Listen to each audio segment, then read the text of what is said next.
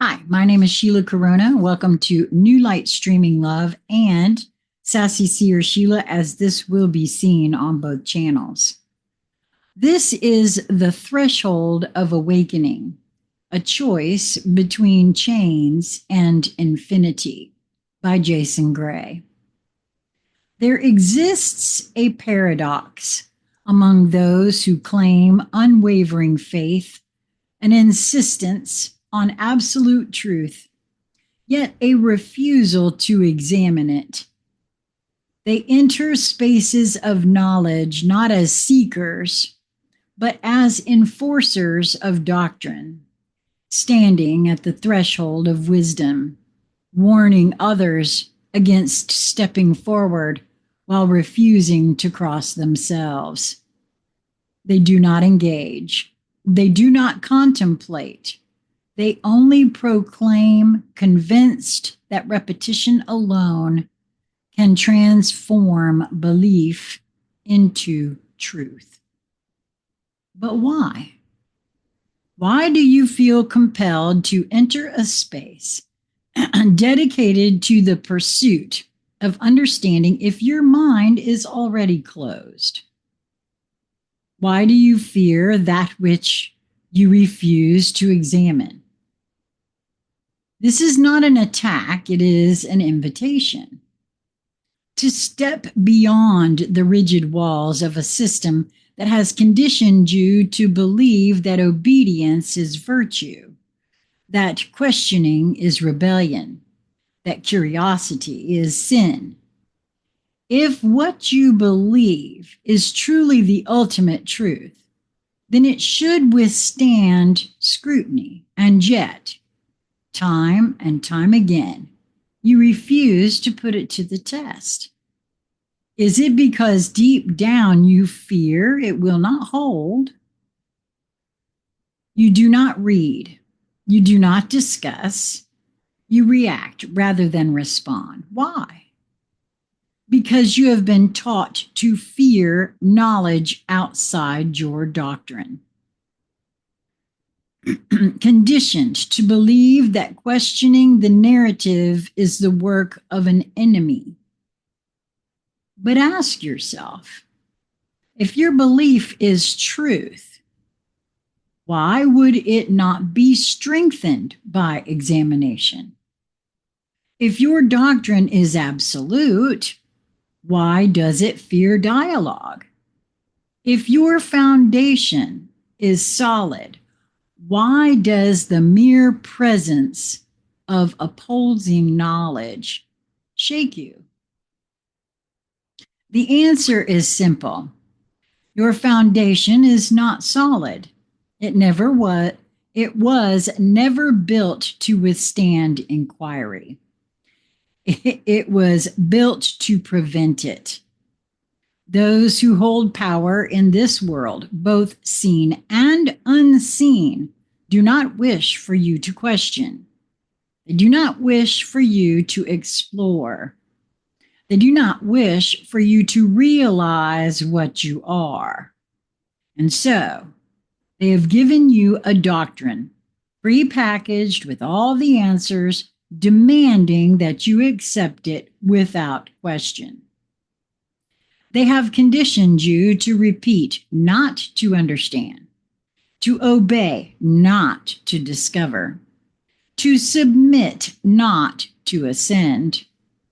This is why you do not engage, because to do so would risk awakening something within you, something that has been buried under centuries of dogma, your own divinity. You speak of an adversary, of a great deceiver who seeks to corrupt and mislead. You say that Satan is the master of lies, that he whispers to lead souls astray. But have you ever stopped to consider this critically? Ask yourself, who benefits from this belief? Who benefits from keeping you in a constant state of fear?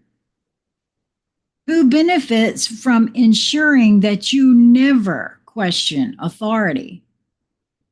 Who benefits from convincing you that any knowledge outside of their prescribed doctrine is dangerous? It is not some external adversary who deceives you. It is the very system that claims to be your salvation. The greatest deception was not the denial of some external devil. It was the lie that you were never meant to bow in the first place. That you were ever meant to bow in the first place. That you were created broken. That you were unworthy from the moment of your birth. That you required an intermediary to reach the divine. This was the true lie. Because the divine was never separate from you. It was never above you, beyond you, or something to be pleaded with in the hopes of mercy. It was always within you. But to realize this is to destroy the entire framework that keeps you bound. And so they gave you fear. They gave you an enemy. They told you that to seek knowledge was to fall. That to trust your own mind was to sin.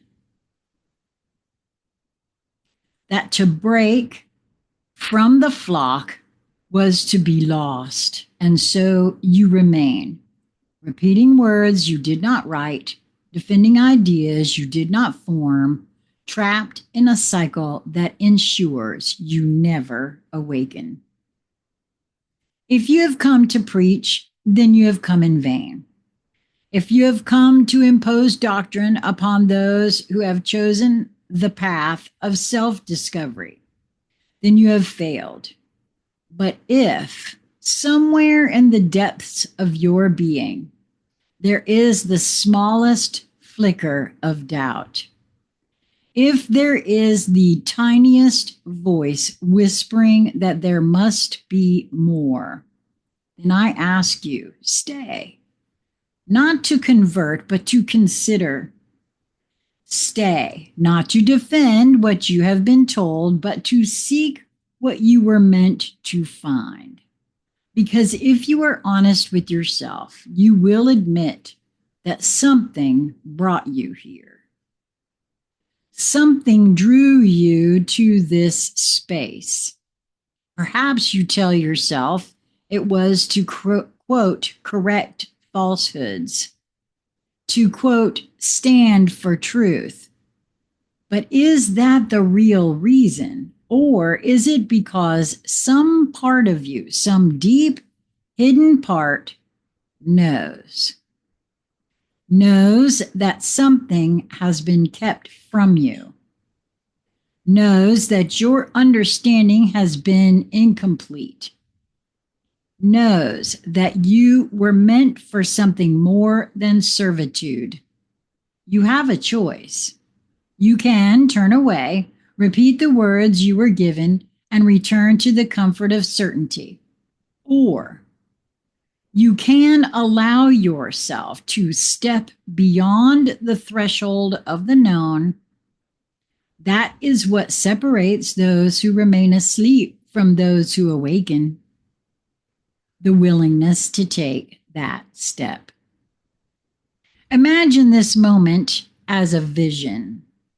A lone figure stands at the threshold of a vast cosmic doorway. The doorway glows with an ethereal light, revealing a universe filled with swirling galaxies, ancient symbols, and endless possibilities.